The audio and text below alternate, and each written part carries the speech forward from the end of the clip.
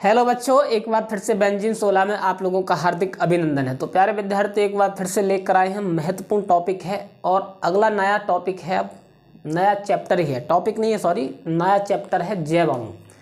क्या है जी? अब बढ़ाएंगे आप लोगों के लिए क्या? जैव अणु। जैव अणु, जैव अणु अगला चैप्टर है और ये लास्ट चैप्टर है केमिस्ट्री का। क्या है ये? है जी लास्ट चैप्टर आपका जैव अणु। ठीक है, इसमें बहुत ही महत्वपूर्ण ऐसे मतलब ऐसे टॉपिक हैं जो अक्सर पूछे जाते हैं। एक नंबर तो बहुविकल्प का पक्का मान लो, एक नंबर बहुविकल्प का मान लीजिएगा। ठीक है, और 5 नंबर का लॉन्ग में आता है, यानी 6 नंबर का 100% पूछा जाता है मुझसे। मेरी बात माने तो आप लोग 6 नंबर का 100% पूछा जाता है बच्चों। बात है समझ में? तो कहने का तात्पर्य यह है कि ये जैव अणु जो है एक तो आसान टॉपिक है, सबसे आसान चैप्टर यही है जैव अणु, और इसमें से पूछा जाता है। तो ये जो चैप्टर है ये मतलब छूट ना जाए आपसे, बड़ा इंपॉर्टेंट है। इसमें सबसे ज़्यादा जो महत्वपूर्ण है, सबसे ज़्यादा महत्वपूर्ण है कार्बोहाइड्रेट। क्या है बच्चों? हेडिंग डालेंगे कार्बोहाइड्रेट। क्या डालेंगे जी? कार्बोहाइड्रेट।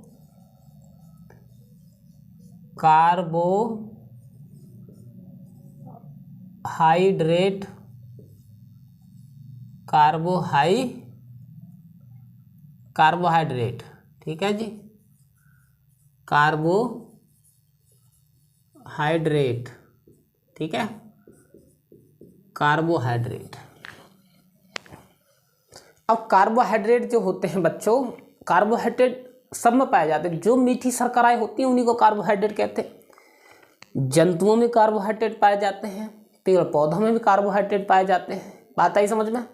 सभी में कार्बोहाइड्रेट पाए जाते हैं, जैसे कि दूध में कार्बोहाइड्रेट लैक्टोज, जौ में माल्टोज है, ठीक है, और गेहूं में ग्लैक्टोज है। ये सब कार्बोहाइड्रेट ही तो हैं जो भी हैं। मतलब कहने का यह है कि जो मीठी शर्करा होती हैं वो ज़्यादातर जो होती हैं उन्हीं को कार्बोहाइड्रेट कहते हैं। ठीक है, अब कार्बोहाइड्रेट में हमेशा जो होता है बच्चों, कार्बन और हाइड्रोजन जो होते हैं, कार्बन हाइड्रोजन और ऑक्सीजन से मिलकर बने होते हैं कार्बोहाइड्रेट। एक तो ये पहचान होती है। दूसरी बात, कार्बोहाइड्रेट जितने भी होते हैं उनमें जल का जो अणु होते हैं, उनमें जो जल का अणु पाया जाता है वो हाइड्रोजन और ऑक्सीजन की जो मात्रा पाई जाती है वो 2:1 में जो जल के अणुओं में हाइड्रोजन और ऑक्सीजन का अनुपात होता है, वही अनुपात सेम कार्बोहाइड्रेट में पाया जाता है। बात आई समझ में? तो ये सब कार्बोहाइड्रेट कहलाते हैं। समझे या नहीं समझे? तो क्या लिखेंगे बच्चों कि कार्बोहाइड्रेट जीव जंतुओं में पाए जाते हैं तथा कार्बोहाइड्रेट कार्बन ऑक्सीजन व carbon oxygen, carbohydrate carbon oxygen तथा हाइड्रोजन से मिलकर बने होते हैं। ठीक है, बात आई समझ में? तथा कार्बोहाइड्रेट में हाइड्रोजन व ऑक्सीजन की मात्रा, कार्बोहाइड्रेट में हाइड्रोजन व ऑक्सीजन का अनुपात वो होता है जो जल में पाया जाता है। ठीक है, बात आई समझ? ये है सामान्य जानकारी। क्या लिखेंगे? कार्बोहाइड्रेट, क्या लिखेंगे बच्चों? कार्बोहाइड्रेट, ठीक है, कार्बोहाइड्रेट सभी जीव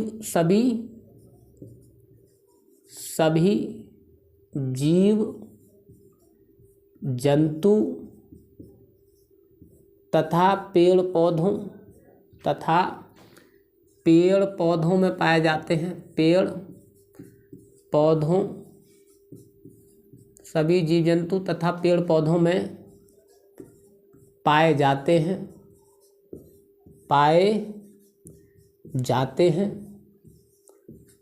जाते हैं।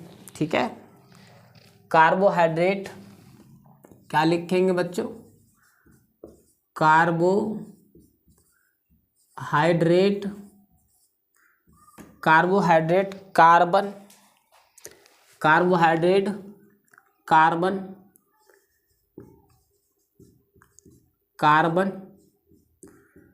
हाइड्रोजन हाइड्रोजन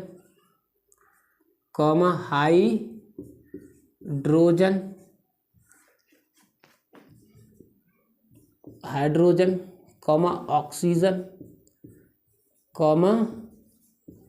ऑक्सीजन से मिलकर बने होते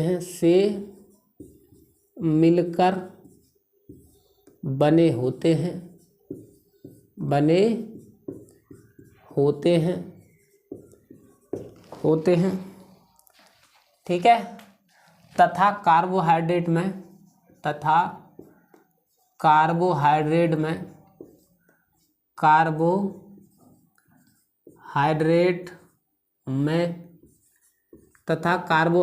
में ठीक है, हाइड्रोजन व ऑक्सीजन का अनुपात में हाइड्रोजन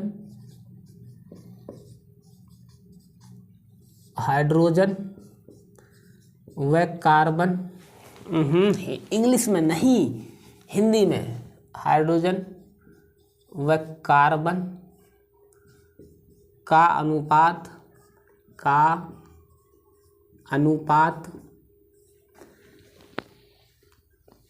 जल के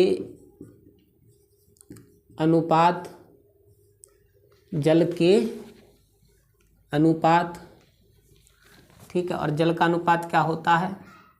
जल के अनुपात 2:1 में पाया जाता है, 2:1 में पाया जाता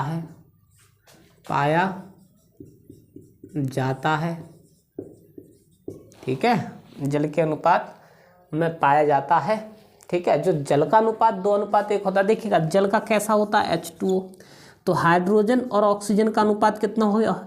हाइड्रोजन कितनी है 2 और ऑक्सीजन कितनी है 1। तो इसी प्रकार 2:1 जो पाया जाता है, ये भी किस में पाया जाता है बच्चों? सेम टू सेम कार्बोहाइड्रेट में भी ऐसे ही पाया जाता है, समझे।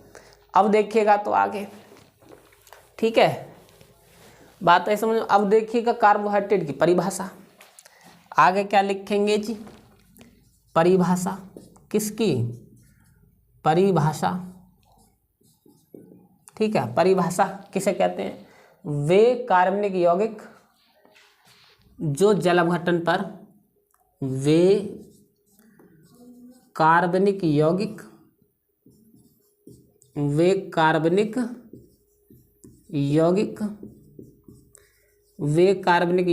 जो जल अपघटन पर,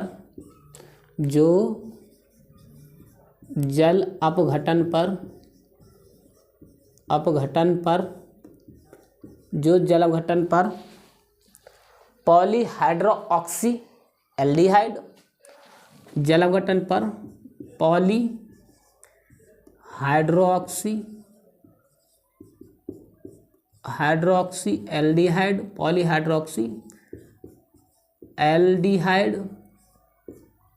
पॉलीहाइड्रोऑक्सी एल्डिहाइड व पॉलीहाइड्रोऑक्सी कीटोन देते हैं, व पॉलीहाइड्रोऑक्सी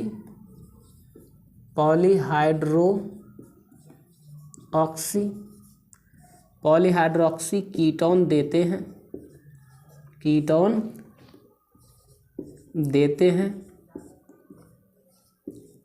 देते हैं, वे कार्बोहाइड्रेट कहलाते हैं, वे कार्बोहाइड्रेट कहलाते हैं, वे कार्बोहाइड्रेट कहलाते हैं। बात आई समझ में? क्या दी हमने परिभाषा? हमने परिभाषा दी है कि वे कार्बनिक यौगिक जो जल अपघटन पर कीटोन व एल्डिहाइड, कीटोन एल्डिहाइड और कीटोन कौन से होते हैं बच्चों? एल्डिहाइड जो होता है, एल्डिहाइड होता है पता है क्या? CHO group. और कीटोन ग्रुप कौन सा? अरे इतनी तो बात जानते होंगे यार, तुम 12th क्लास में पढ़ते हो, इतना भी नहीं जानते। ये एल्डिहाइड ग्रुप है, ये कीटोन ग्रुप है, ठीक है। जो जल अपघटन पर यानी जल के साथ अगर क्रिया कराएंगे कार्बोहाइड्रेटों की, तो वो एल्डिहाइड या कीटोन समूह देते हैं, वही कार्बोहाइड्रेट कहलाते हैं। जैसे में देखिएगा तो, जैसे ग्लूकोज, जैसे में क्या लिखेंगे जी, ग्लूकोज कॉमा फ्रक्टोज, ठीक है, कॉमा माल्टोज, ठीक है, कॉमा सेलुलोज, कॉमा सेलुलोज आदि। बात आई समझ में, कॉमा सेलुलोज आदि। समझे या नहीं समझे? तो ये सब क्या है बच्चों, ये सब कार्बोहाइड्रेट है। मैं इसको रब कर रहा हूँ, अभी दिखाऊंगा मैं आपको किस प्रकार, वो देखिएगा किस प्रकार से, ठीक है। अब देखिएगा तो जैसे कि ग्लूकोज है, क्या है ग्लूकोज, ग्लूकोज का फॉर्मूला क्या रहता है, C6H12O6, ठीक है। अब इसको हम किस प्रकार से कर सकते हैं, C6H2O का होल 6,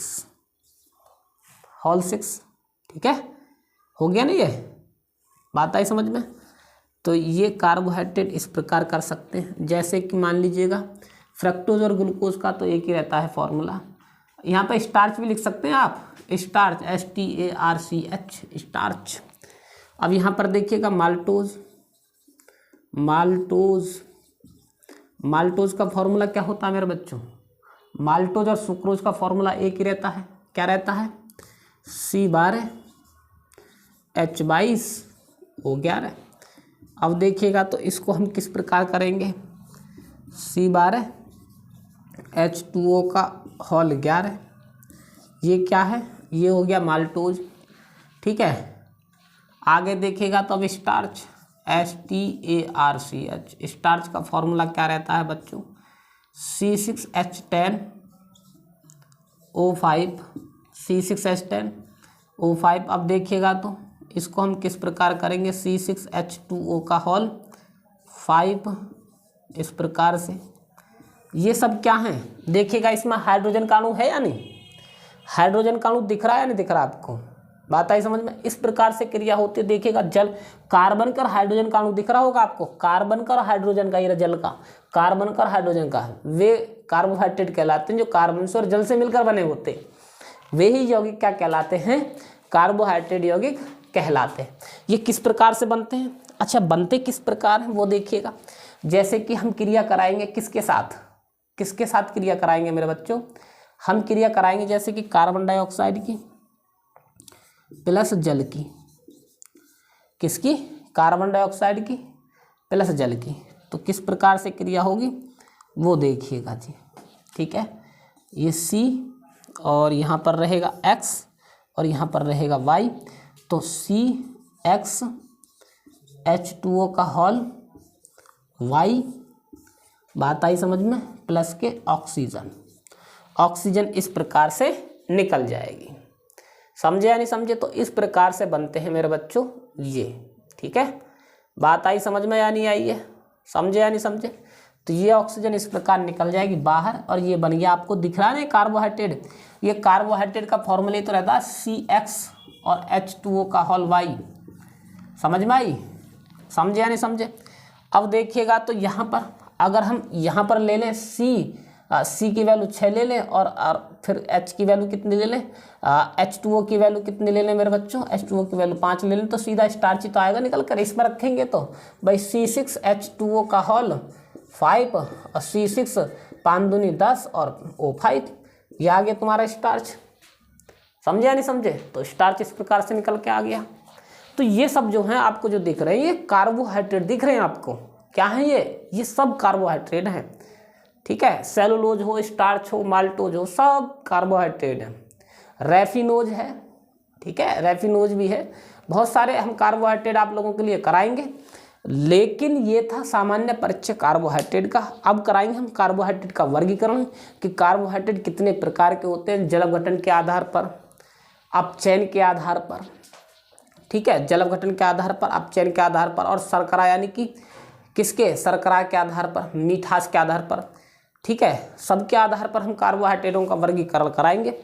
लेकिन प्यारे बच्चों इस क्लास में नहीं कराएंगे, हम कराएंगे कार्बोहाइड्रेट का वर्गीकरण अगली क्लास में। हम 1 मिनट के लिए हट रहे हैं, आपको स्क्रीनशॉट लेना हो ले लेंगे, ठीक है। अब देखिएगा तो इससे अगली क्लास में कराएंगे हम कार्बोहाइड्रेट का वर्गीकरण, जो महत्वपूर्ण रहेगा आप लोगों के लिए। तो प्यारे विद्यार्थियों, इस क्लास में इतना ही काफ़ी है। केवल क्या कराया हमने, कार्बोहाइड्रेट का सामान्य परिचय। क्या कराया जी, केवल हमने कराया क्या, कार्बोहाइड्रेट का सामान्य परिचय कराया। इस क्लास में इतना ही काफ़ी है। अगली क्लास में हम कार्बोहाइड्रेट का क्या कराएंगे, वर्गीकरण। तो प्यारे बच्चों, मिलते हैं अगली क्लास में, तब तक के लिए धन्यवाद।